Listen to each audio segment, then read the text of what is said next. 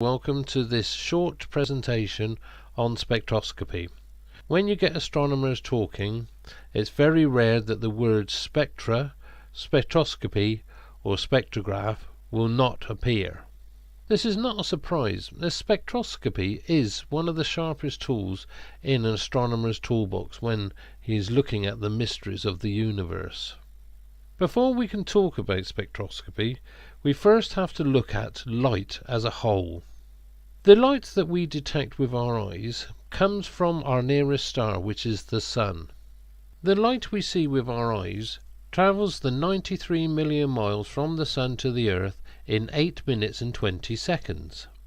The light arrives to us in little parcels of energy called photons.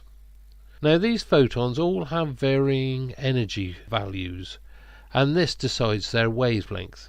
And that's all I'm going to say on photons. If you want to research them more, then you can do at a later date.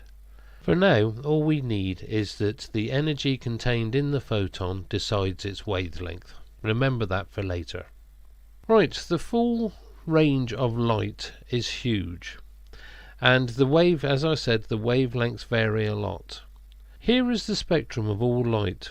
And as you can see, it goes from very low energy waves, which are radio waves, all the way up to the high energy waves, which are gamma rays.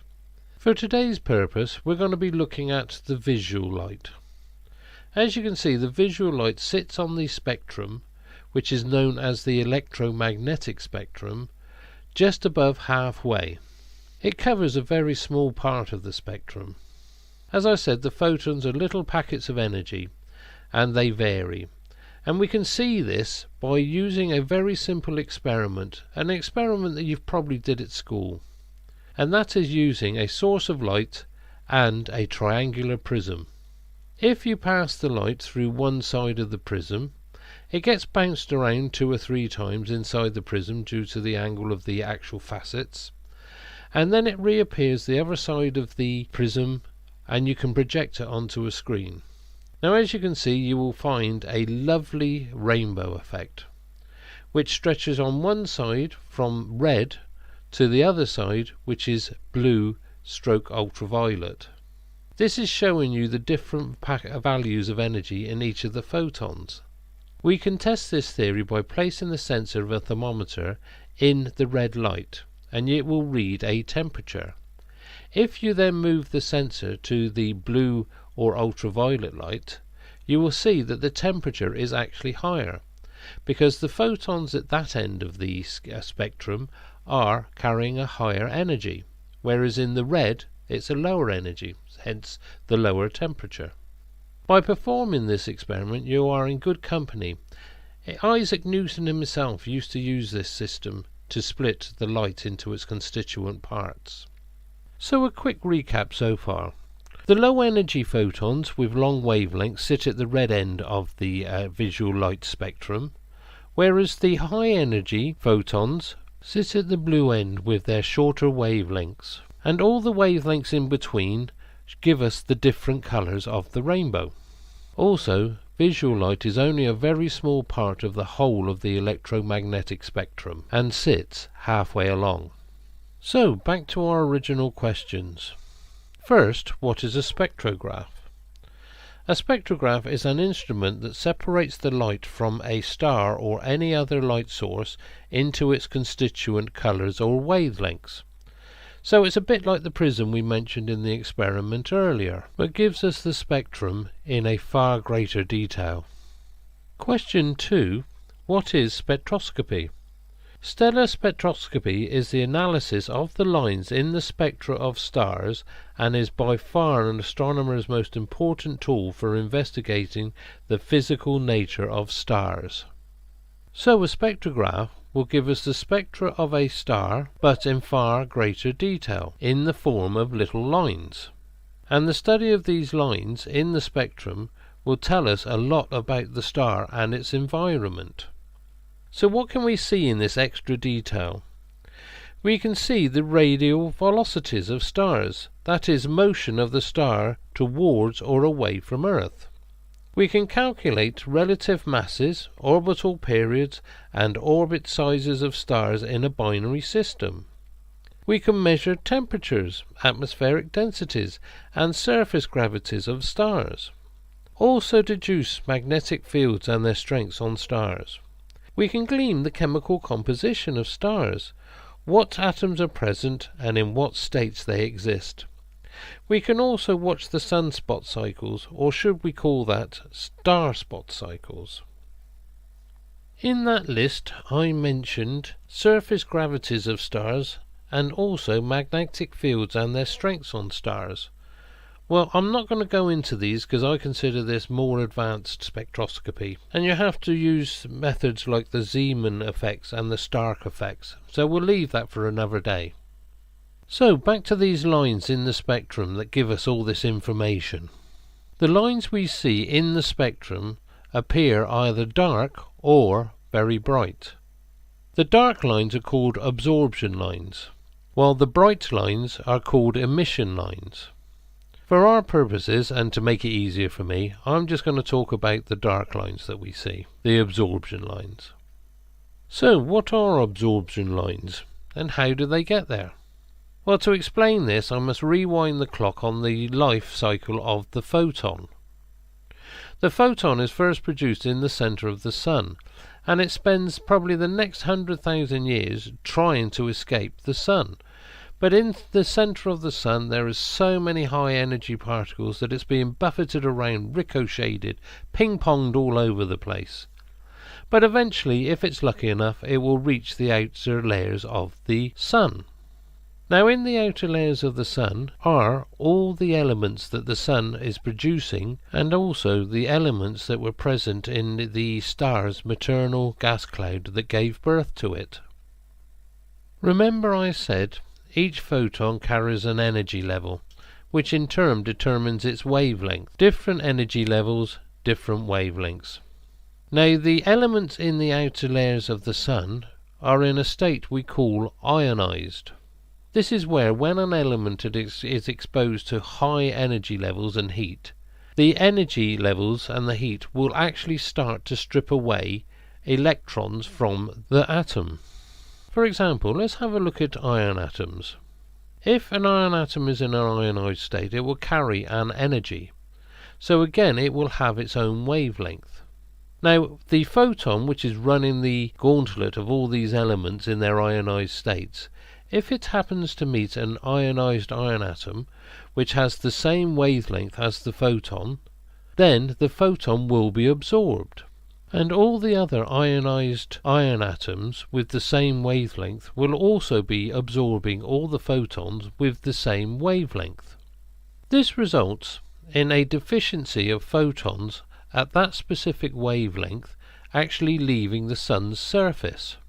This means when we project the spectrum onto a screen, you will see lines where the photons that have been absorbed are missing from the spectrum, and hence you get your absorption lines. And this tells us that iron at that specific ionized state exists in the Sun's outer layers. On this slide you can see the absorption lines for different elements. But we can also take this one step further. Let's get back to our iron atom. If the iron atom is exposed to higher energy levels and larger heat temperatures, then more of its electrons will be stripped. With the loss of each electron, it will exist in a different state. These ionized states of the iron will be betrayed in the spectral line also. They will be producing their own absorption lines. So what is this telling us? Not only is it telling us that iron is existing in the outer layers of the Sun, but also it is existing in several ionized states. We can see this in the spectral lines. So that also means that the outer layers of the Sun are at different temperatures in different areas, so that these ionized iron states can exist. If the Sun's outer layers were all one uniform temperature, we would only see one ionized state of iron. So the temperature varies over the surface. Job's a good 'un.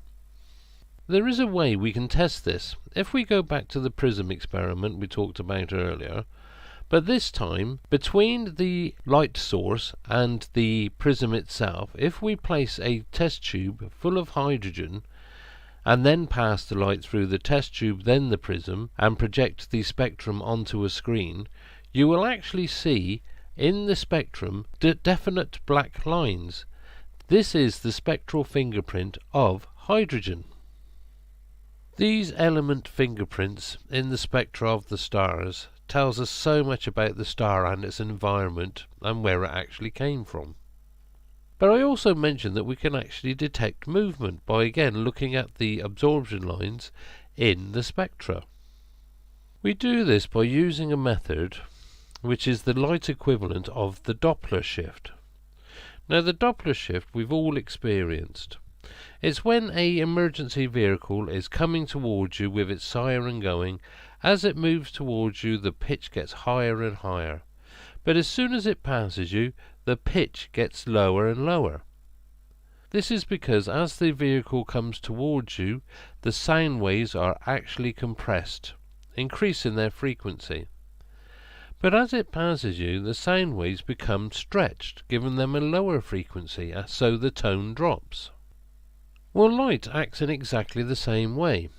If a bright object is moving towards you, the light waves actually get squeezed, increasing their frequency, which means the whole shift is towards the blue.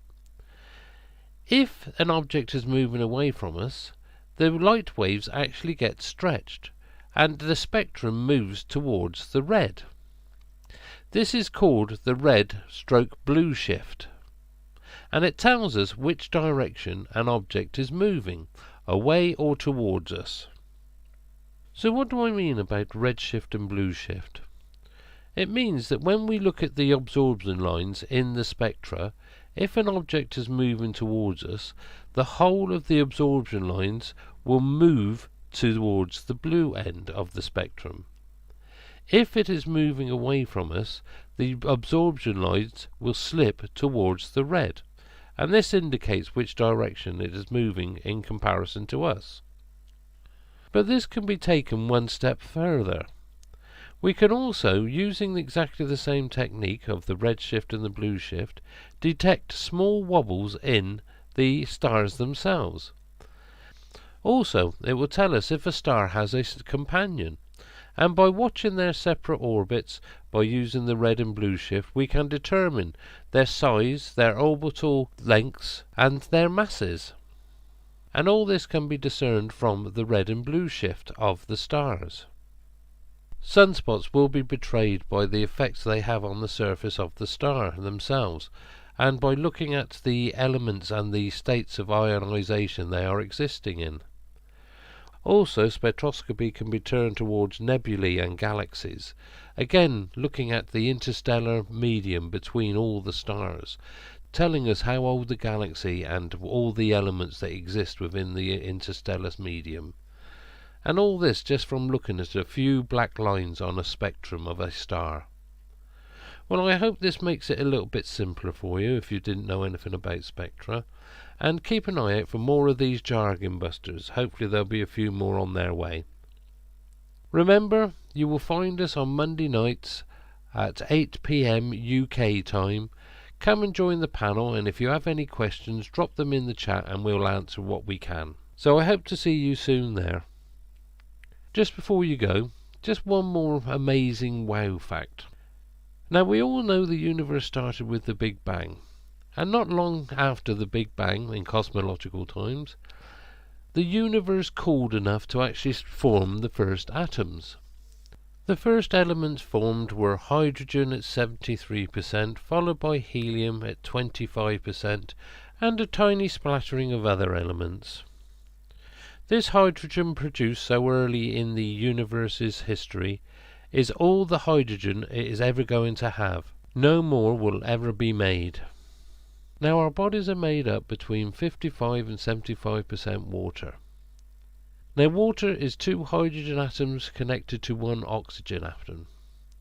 So just think about it.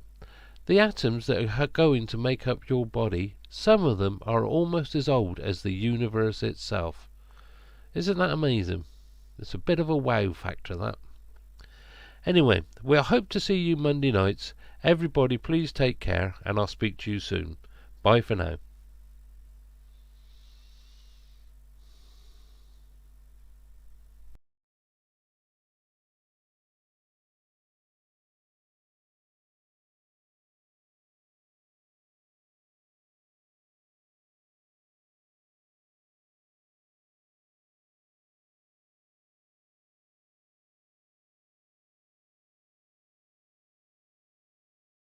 Okay, now let's talk about the other announcement, which came an hour later. So we had to rally around and get things organized to cover them both. The Milky Way in neutrinos. What you are looking at is IceCube. This is an observatory at Amundsen Station at the South Pole in the middle of the Antarctic continent. Now, it doesn't look like a conventional observatory because where are the telescopes? Well, it doesn't have any telescopes. It actually doesn't look upwards at all. It looks downwards. What is this all about? So if you look at top left of this graphic, there's the laboratory sitting on the surface of the ice. And underneath the ice, they have dropped 86 strings, if you like, cables, with a total of 5,160 optical sensors. What on earth is this all about? And they go down a long way as well. You can see on the right the height compared to the Eiffel Tower. Now, they're there to detect neutrinos. These ghostly particles, which are very mysterious, coming from the depths of space. They're very difficult to detect because neutrinos pass through matter as if it just weren't there. It's often said that a single neutrino could pass through a sheet of lead 30 light years thick and not even notice it. So they are very difficult to detect because they don't interact with ordinary matter. But occasionally they do. And this immense detector, the IceCube laboratory at the South Pole, which was built over quite a few years, because as you can imagine, drilling all those holes that far down in the ice, 2,820 meters down in the ice, and lowering all those 5,000 odd detectors was a huge job. When a neutrino passes through the ice, occasionally it does collide with an atom, and that produces a very faint flash of blue light called Cherenkov radiation. And this, as you can see on the left, these DOMs, these digital optical modules, these are basically light detectors that can detect those tiny flashes of light. And by working out where they were detected, they can work out the path of the neutrino.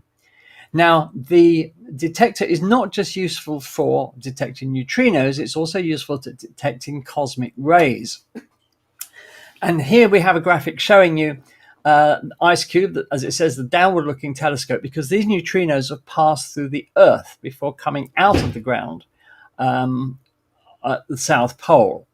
But the detector is also useful for looking at cosmic rays. And as cosmic rays hit the atmosphere, they decay into particles called muons, which pass through the detector. So they've spent a long time working out exactly where these neutrinos are coming from. They come from all directions, of course, but a lot of them come straight through the Earth to the detector at the South Pole. And in actual fact, here's an example of a muon passing through the detector. As it passes through, you will see the blue lines. This is actual data, which represent the Cherenkov radiation that's given off. And this is a path of a muon, one of the shower that result when a cosmic ray decays in the upper atmosphere. And as you can see, they can work out exactly where it came from on the sky because of its path. So what is this all about, really? Well, what it's all about is the Milky Way. So here's our galaxy in optical. In optical light, that's what our galaxy looks like. You're probably familiar with something like that. If we look at it in radio waves, that's what the plane of our galaxy looks like in radio waves. This is what it looks like in high energy gamma rays. But now we can add to that. We can show you what the plane of the galaxy looks like in neutrinos. And it looks like that. So this is the first time that we've been able to map the plane of the galaxy using neutrinos. It's an immense achievement. There are lots of bright neutrino sources there. The next step will be to work out where those neutrinos are coming from. Neutrinos are created basically every time two atoms collide, it releases neutrinos. So this is typically in the hearts of stars, in thermonuclear reactions in stars. Neutrinos are also produced in supernovae explosions in large numbers. And basically, anytime two atoms collide, then they release neutrinos.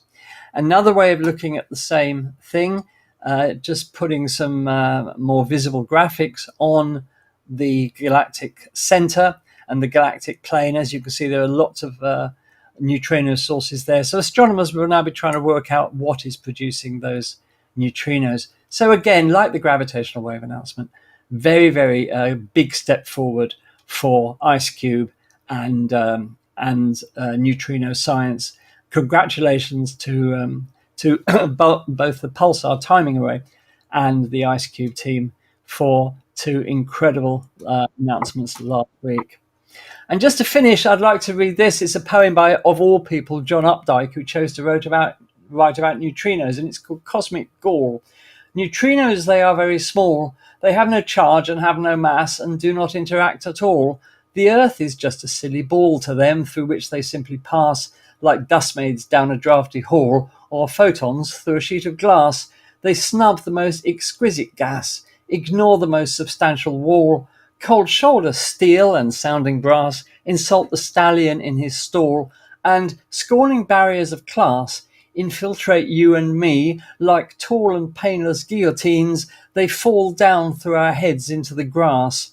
At night they enter at Nepal and pierce the lover and his lass from underneath the bed. You call it wonderful, I call it crass. So there you are.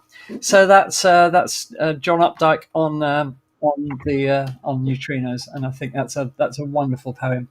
This is why I'm calling it Saturn's weirdest moons.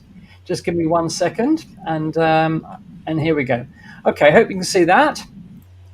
The first one is this moon, Hyperion, which is most bizarre. As you can see, it's got a surface that resembles a sponge, and Cassini flew by this close distance, about 5,000 miles away, and everybody was just amazed at what this moon actually looked like. Just a few details about Hyperion. It's 360 by 266 kilometers. Do forgive me if I slip between miles and kilometers, because I'm in that difficult age, you know. It's designated in Saturn 7. In other words, it's the seventh moon from Saturn going outwards. It's actually 1.5 million kilometers away from Saturn. Its composition is mainly water ice with a bit of rock thrown in. And it's got an incredibly low density for a moon of its size. Now, what this means is when meteoroids, if you want to call them that, bits of rock hit it, instead of causing a big impact and a huge crater and flinging material into the space, the density of Hyperion is so low that it just sort of punctures the surface and digs downwards without actually making a huge crater.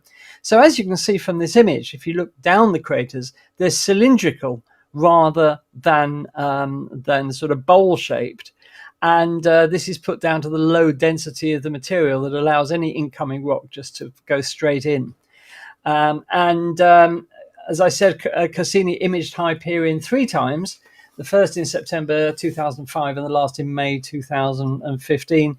But Cassini's orbit did not allow it to approach Hyperion any more regularly than that. Only 3 times it managed to fly past the moon.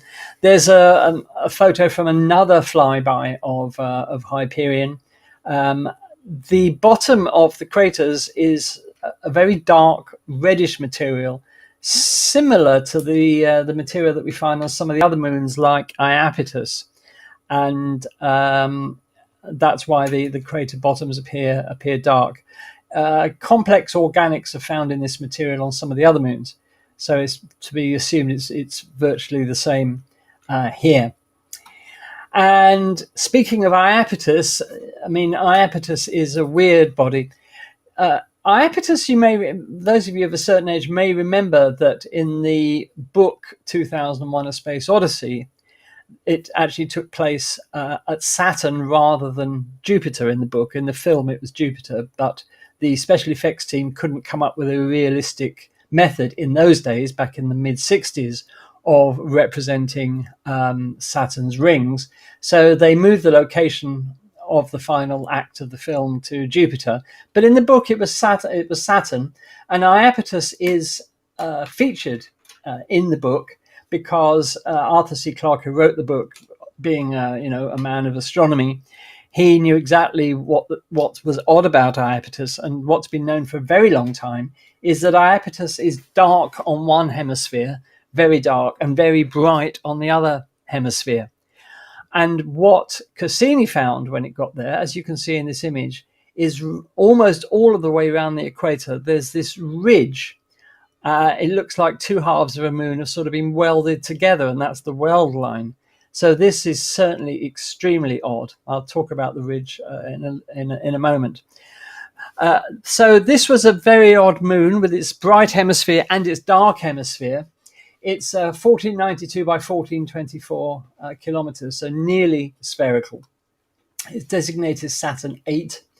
It's 3,560,000 odd kilometers from Saturn. Its composition, again, is mainly water ice with some rock thrown in. And that dark material is thought to have originated from outside Iapetus, perhaps from other moons. And the dark color is thought to be due to sublimation, which is a process where a solid turns from a solid straight into gas with no liquid phase. And that material is then further darkened by the action of sunlight. And it's not quite clear yet, I don't think, although I'm sure Lou or Bernard will correct me. I don't think there's any convincing explanation yet for why only one hemisphere is that dark color and the other hemisphere is covered in ice, which is why it's so bright. So that's Iapetus, but the ridge around the equator on Iapetus is amazing. It's 15 kilometers tall, and if you compare that with Everest's 9 kilometers, so it's getting on for twice the height of Everest, that ridge you see before you. It's thought to be formed from the debris of a ring that Iapetus once had that actually collapsed onto the planet, forming this ridge around the equator. Although I don't think that's settled yet, but I think that's the leading theory, that it's the remains of a ring that collapsed onto the surface, onto the equator of Iapetus. This is an amazing image, but this image I absolutely adore, which is a close-up of that ridge. And I did feature this as one of my favorite space images when it was my turn, because this is such a beautiful, haunting image, and you can imagine exploring that amazing terrain. It's just absolutely stunning. So that's Iapetus. Now we move on to a truly weird moon of Saturn, and this is the moon Pan. Now there are two images of it here taken by Cassini from different angles. It's been called the ravioli moon because it looks like a piece of ravioli. How on earth did a moon like this form and get that, again, a thin ridge right around its equator? It looks like some sort of a UFO. This moon is very small compared to the others. It's only 35 by 25 kilometers. It's designated Saturn XV111, and it's 133,000 kilometers from the planet. Its composition, although it's uncertain, it hasn't been directly measured. It's presumed to be mainly water ice, again, with some rock thrown in. And Pan is what we call a shepherd moon of Saturn. And a shepherd moon is one that literally confines one of Saturn's rings and keeps it as a ring so that it doesn't dissipate and spread out. And in this case, what Pan does is to keep the Encke gap, which is a gap between Saturn's rings, free of material. So it's sweeping up material from the Encke gap all the time. And it's this material that it's swept up, which is thought to fall on its surface and form this equatorial ring over time, over a long time. So it's literally because the moon is acting as a sort of hoover, if you like. It's hoovering up this material, which settles on its equator and forms this this incredible ridge around it. Now, just so you know where we are, these are Saturn's rings, and you can see towards the right, there's the Encke gap. So we've got several gaps in Saturn's rings. We've got the Huygens gap. We've got the famous Cassini division, which was first seen by Galileo. We've got the Encke gap, and we've got the smaller Keeler gap. And Pan actually patrols, if you like, within the Encke gap, sweeping up any material that has entered it from the rings. And here's an image taken by Cassini of Pan actually in the Encke gap. So that's a beautiful image of that little moon actually in the middle of the Encke gap there, which I think is an amazing image. We move on now to our last moon of this evening, Atlas. Now, Atlas is another moon that similarly has a ridge around it. This, I think, is an amazing image because basically you're seeing a mountain on the top of the moon with this weird ridge around its equator. And Atlas is, getting on for the same size as Pan, 40 by 35 by 18.6 kilometers. It's designated Saturn XV. It's 137,000 kilometers from the planet. Again, it's thought mainly to be water ice.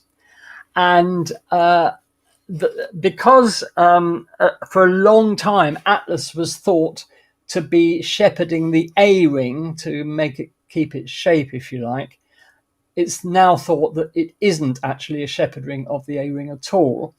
And latest information indicates that the ring is kept in its within its limits, if you like, by the action of three other moons, Prometheus, Janus, and another one I can't remember.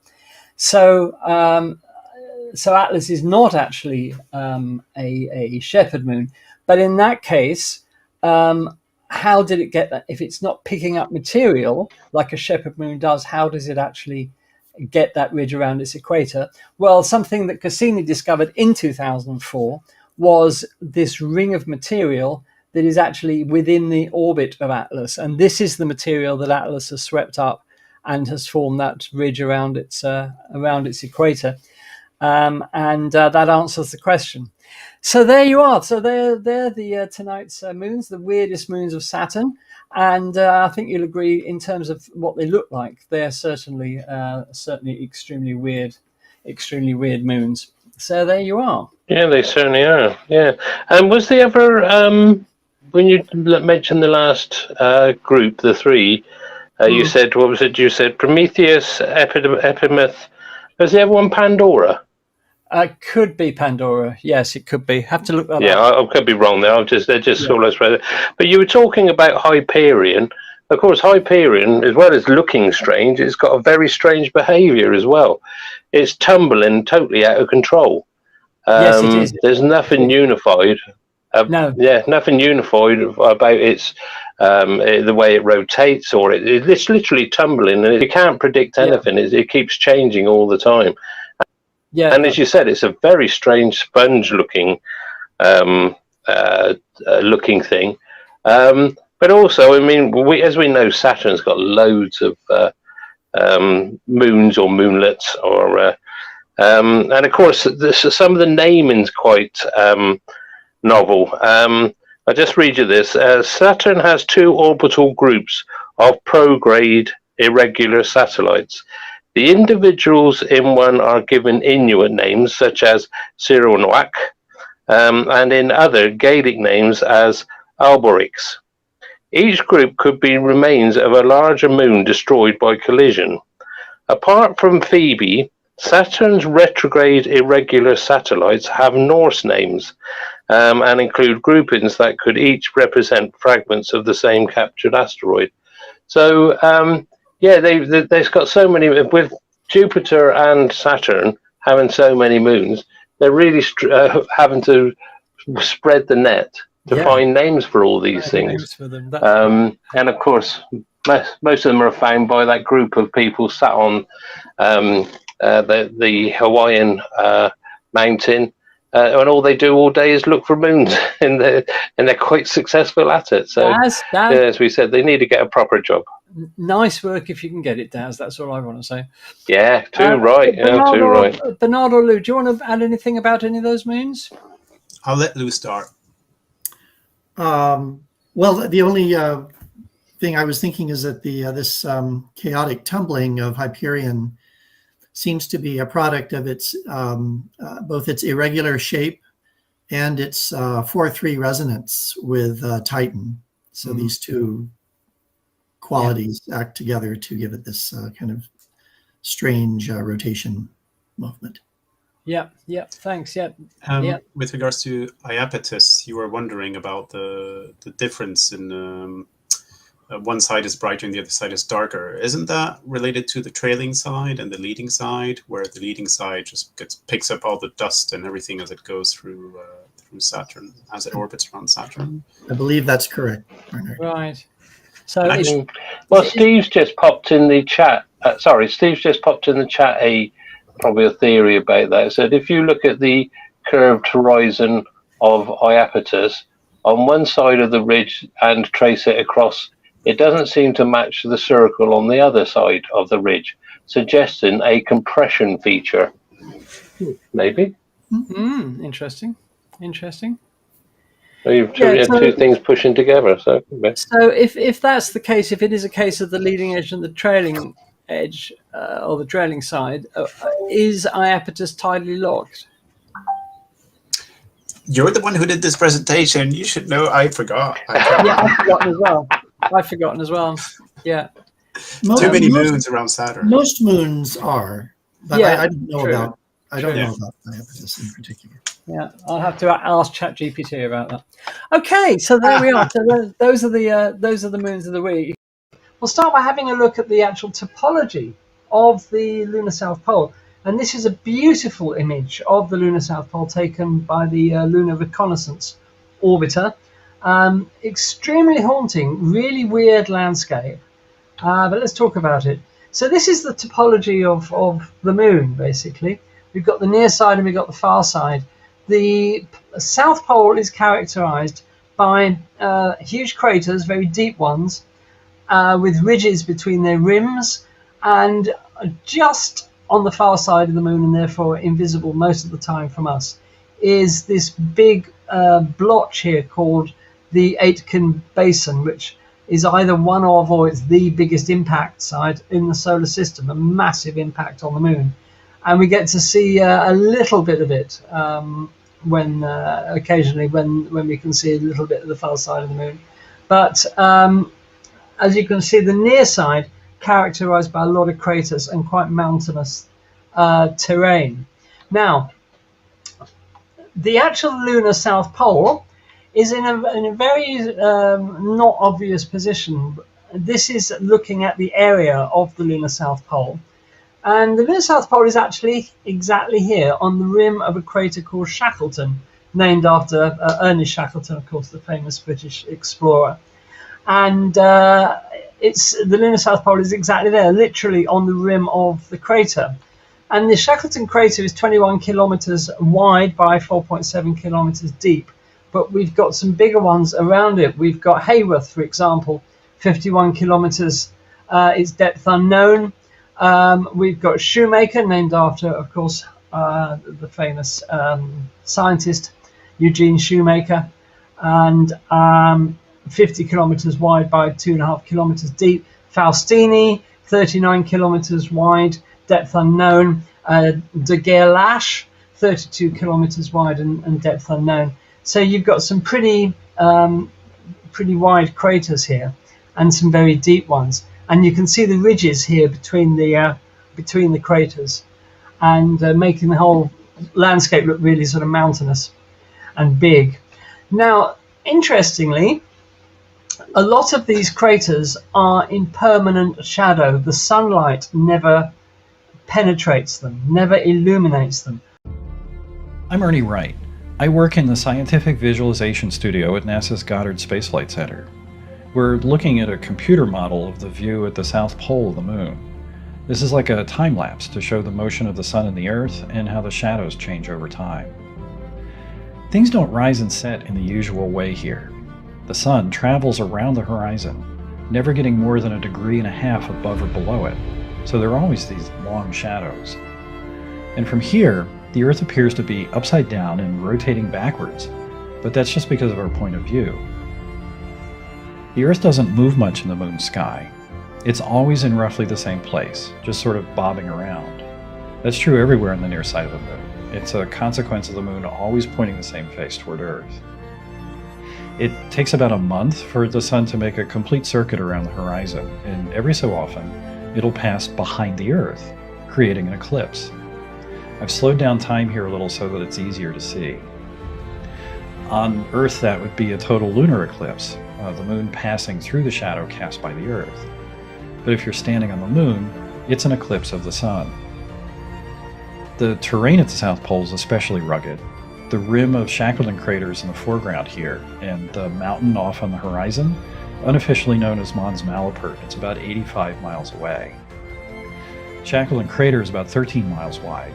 Not quite as wide as the Grand Canyon, but it's twice as deep. Sunlight never reaches the crater floor, so temperatures there are around 300 degrees below 0 Fahrenheit. This model of the terrain is made possible by Lunar Reconnaissance Orbiter, which has been mapping the surface of the moon from lunar orbit since 2009. LRO's maps will be incredibly important for exploring the moon and locating water and other resources there.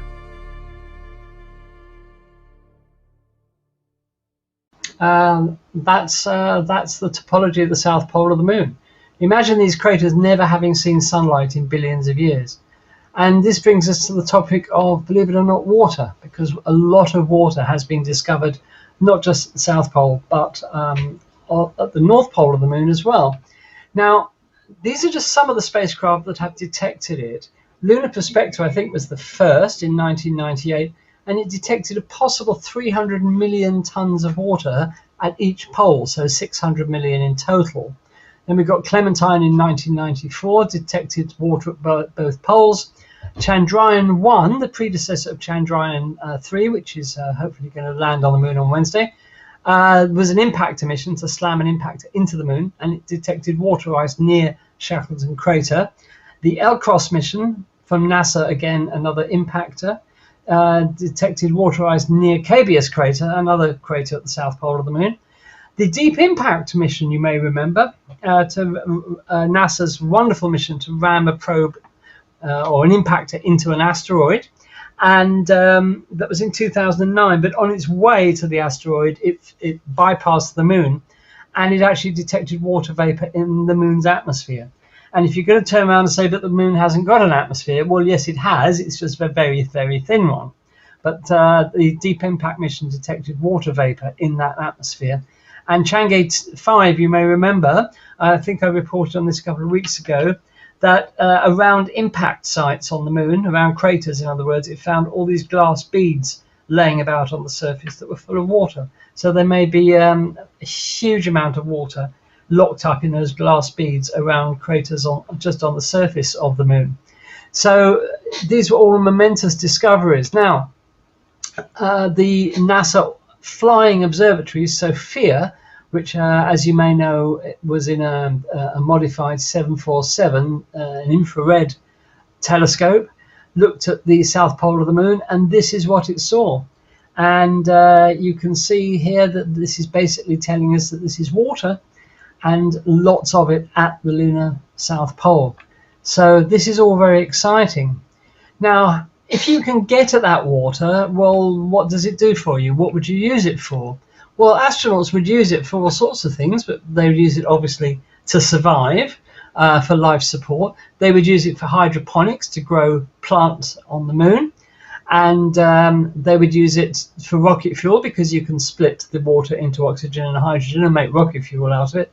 And of course, they would use it for research, general research about the moon.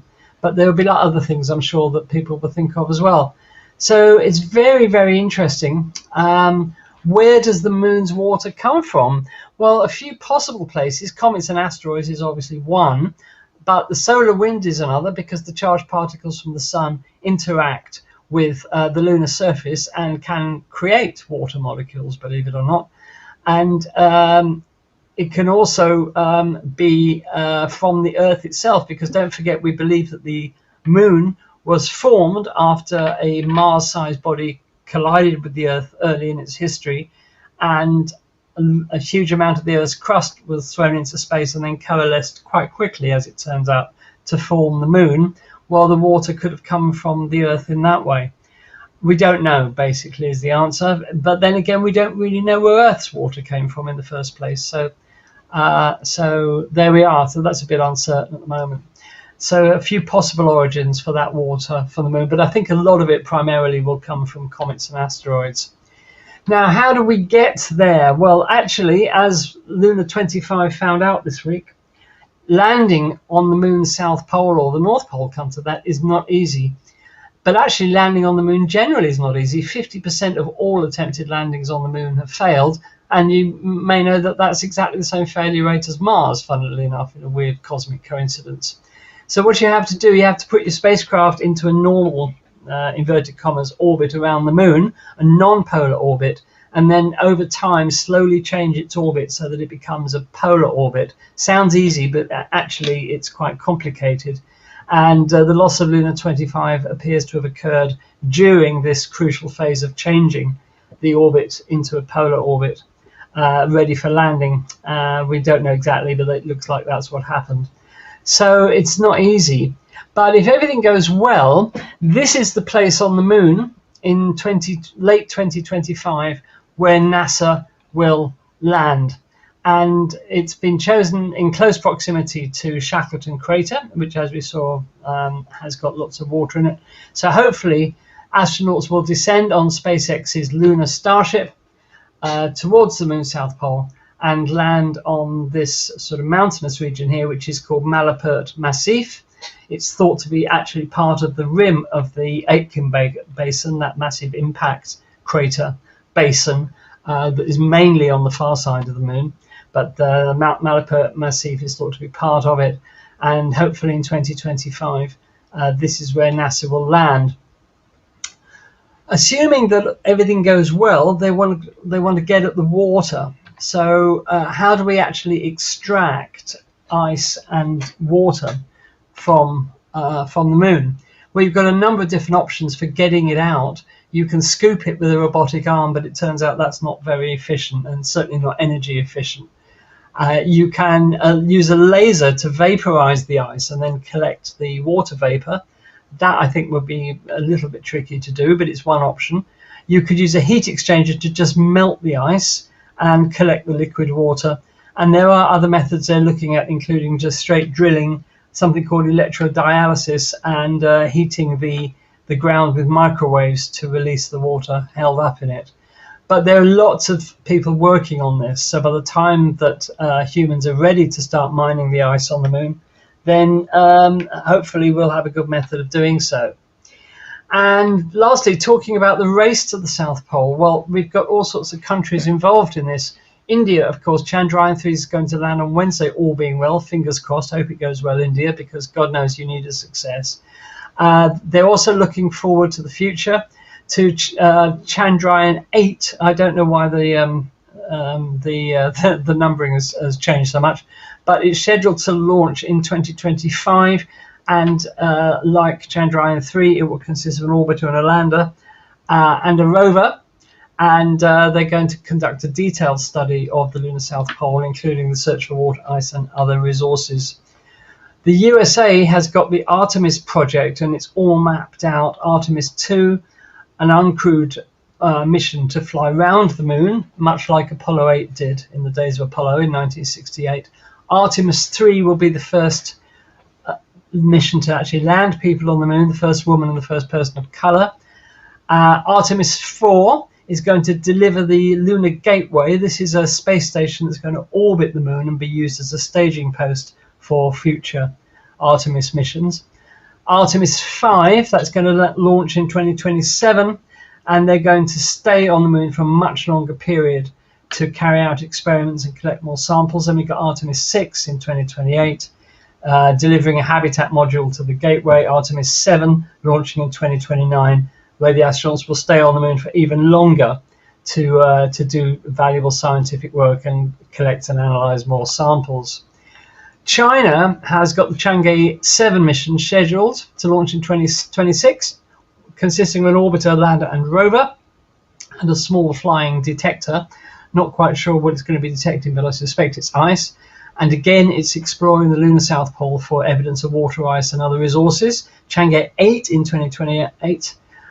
This is going to actually try to extract water from the lunar surface using what's called, and it's a whole acronym, ISRU, which stands for In Situ Resource Utilization. Why can't they just say mining, for God's sake? Because that's what it is. Chang'e 9 in 2030, and they're going to land astronauts. China's going to land astronauts on the moon near the lunar South Pole. And beyond 2030, China is in partnership with Russia to develop the International Lunar Research Station, a permanent base at the South Pole of the moon. And actually, there are quite a few Western companies already helping China get this thing ready. So it's definitely a goer, although Russia's role in it is a bit in question now, especially after the Luna 25 loss this week. So we'll have to see what happens there. And of course, we'll keep you posted. Others, Japan is planning to launch a mission to the lunar South Pole in the 2020s. It's called SLIM. This is a much nicer acronym, Smart Lander for Investigating the Moon, which I like. That's short and sweet and to the point. South Korea are planning to launch a mission to the lunar South Pole in the 2030s. That's a little more of an unpronounceable acronym. It's KPLO, KPLO, the Korea Pathfinder Lunar Orbiter. UAE, the United Arab Emirates, is planning to launch a mission to the lunar South Pole in the 2020s. That's called HOPE Probe, because their Martian mission is also called HOPE, of course. India and Japan have a plan to develop a mission called the Lunar Polar Exploration to explore the poles on the far side that we can't see directly from the Earth, launching before 2026. So that's a nice international collaboration. Just a word about legalities of all this. The Outer Space Treaty, signed by all sparing nations in 1967, specifically says outer space, including the moon and other celestial bodies, is not subject to national appropriation by claim of sovereignty, by means of use or occupation, or by any other means. Basically, it means no country can claim all or part of the moon, that it's there for the benefit of all humans. So China, for example, couldn't set up a lunar base and then claim territory on the moon. This has never, as Daz and I was saying earlier, this has never really been tested. It's still in force, the Outer Space Treaty, but whether it would actually work in a court of law now, or we don't know what would happen.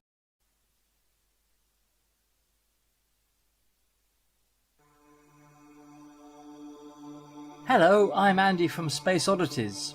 Next to black holes, neutron stars are probably the most bizarre objects in the universe. First predicted in 1934 by astronomers Walter Baade and Fritz Zwicky, it was not until 1967 that they were first actually observed by Jocelyn Bell, now Dame Jocelyn Bell Burnell, then a research student at the University of Cambridge. In these Weird Wonders videos, we're going to enter the weird, wonderful world of neutron stars, where matter, magnetism and gravity behave in ways we can scarcely comprehend. In this first episode of the series, I'll be looking at how neutron stars form. Go out under a starry sky in winter or early spring, and you cannot fail to notice the constellation of Orion, one of the most recognisable in the heavens.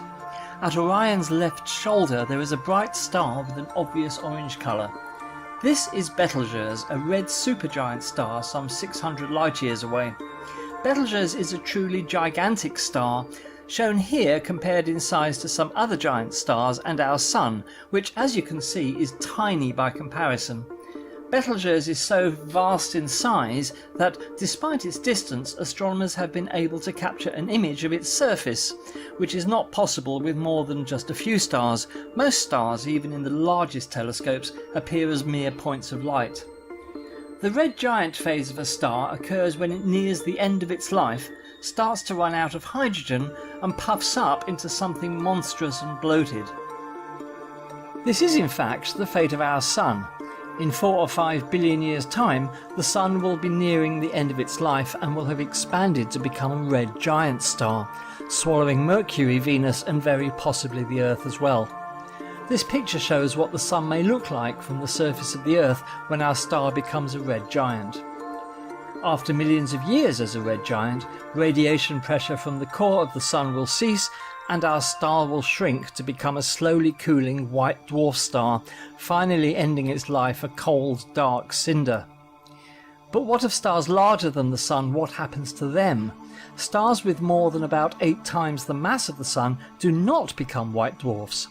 Instead, they end the red giant stage of their lives by blowing themselves apart in what's called a Type II supernova explosion, a detonation of such unimaginable magnitude that in just a few seconds the dying star may release more energy than our Sun will emit during its entire 10 billion year life. In this type of supernova, the star blows away its outer layers, leaving just the core of the star behind. Immediately after the supernova explosion, there is no longer any outward radiation pressure from the core of the star. Consequently, in the sudden absence of any resistance, gravity is able to suddenly and violently compress the core, reducing its size from thousands of miles in diameter to just a mere handful of miles across. This process may happen within a few seconds. The atoms in the core are squeezed closer and closer together, so much so that electrons orbiting the atoms are unable to sustain their orbits and crash inwards to the atomic nucleus, combining with the protons to form neutrons as a bizarre ultra-dense element called neutronium. A neutron star is born, which consists largely of neutronium. It possesses between 1 and 3 times the mass of the Sun, packed into a sphere perhaps just 10 miles across. You may be familiar with the periodic table of elements, where each element has an atomic number representing the number of protons present in its nucleus. Hydrogen, for example, is atomic number 1 as it has just 1 proton. Neutronium is numbered 0 in the periodic table because it does not have any protons. They have all been converted to neutrons. At this point, gravity cannot compress the new neutron star any further, as something called neutron degeneracy pressure pushes back against gravity, preventing the neutron star from shrinking further under gravity's relentless assault. The neutron star is now in finely balanced equilibrium. However, if the star was originally 5 times or more the mass of the Sun, not even neutron degeneracy pressure can exert sufficient force to stop collapse of the core altogether.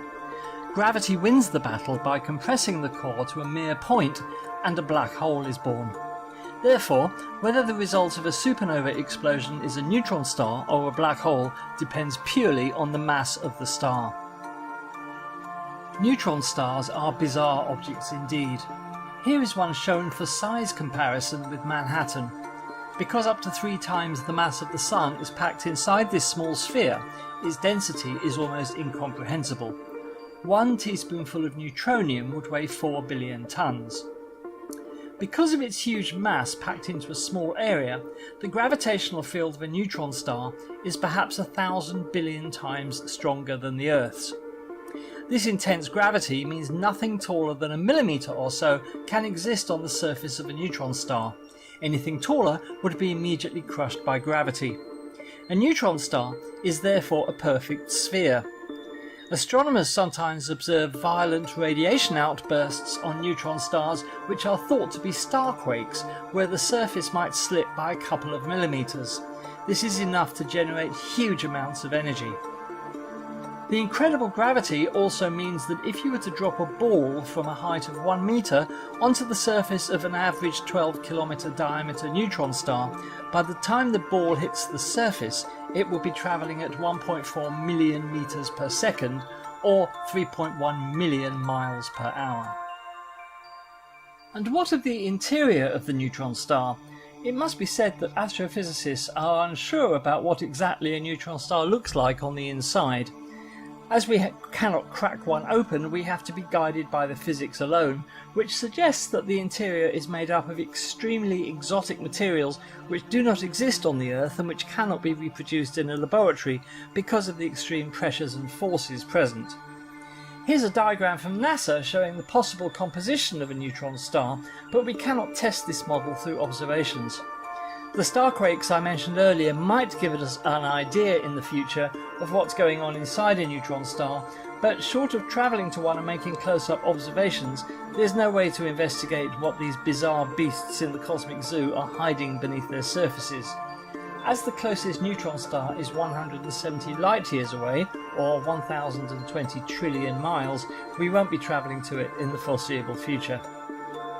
Well, that's it for the first part in this series of videos about neutron stars. Next time I'll be looking at pulsars, those rapidly rotating neutron stars which fire huge beams of radio energy from their poles like a celestial lighthouse. I do hope you enjoyed this video, and if you have any questions or observations, please don't hesitate to post them in the comments. We hope you can join us, the Space Oddities, on Mondays here on this channel at 8 PM UK time for astronomy news, chat and discussion from our resident panel of experts. We also hope that you'll subscribe to our channel, like our videos and tell all your friends, co-workers and families about us. Well, from me, Andy, until next time, goodbye.